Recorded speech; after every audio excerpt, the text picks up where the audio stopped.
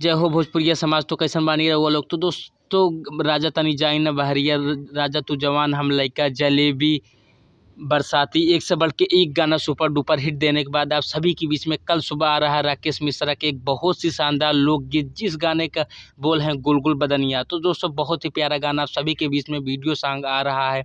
राकेश मिश्रा के एक item song, एक हॉट वीडियो आप सभी के बीच में, बहुत ही प्यारा गाना आप सभी के बीच में रिलीज़ किया जाएगा।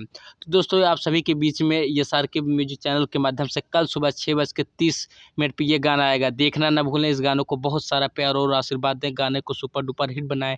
तो दोस्तों राकेश मिश्रा एक बहुत ही खतरनाक और बहुत ही प्यारे, बहुत ही सरल स्वभाव के गायक है। तो दोस्तों इनके गाने को बहुत सारा प्यार और आशीर्वाद दीजिए, गाने को सुपर डुपर हिट बनाए। तो दोस्तों बहुत ही प्यारा गाना सभी के बीच में कल आएगा। तो दोस्तों जितने भी राकेश मिश्रा के फैन हैं, भोजपुरी म्यूजिक चैनल को सब्सक्राइब कर लीजिएगा, क्योंकि राकेश मिश्रा से जुड़ी हर खबर सबसे पहले आपको इस चैनल पर मिलेगी। मैं मिलता हूँ नई वीडियो में, तब तक के लिए जय हिंद, जय भारत, जय हो भोजपुरिया समाज।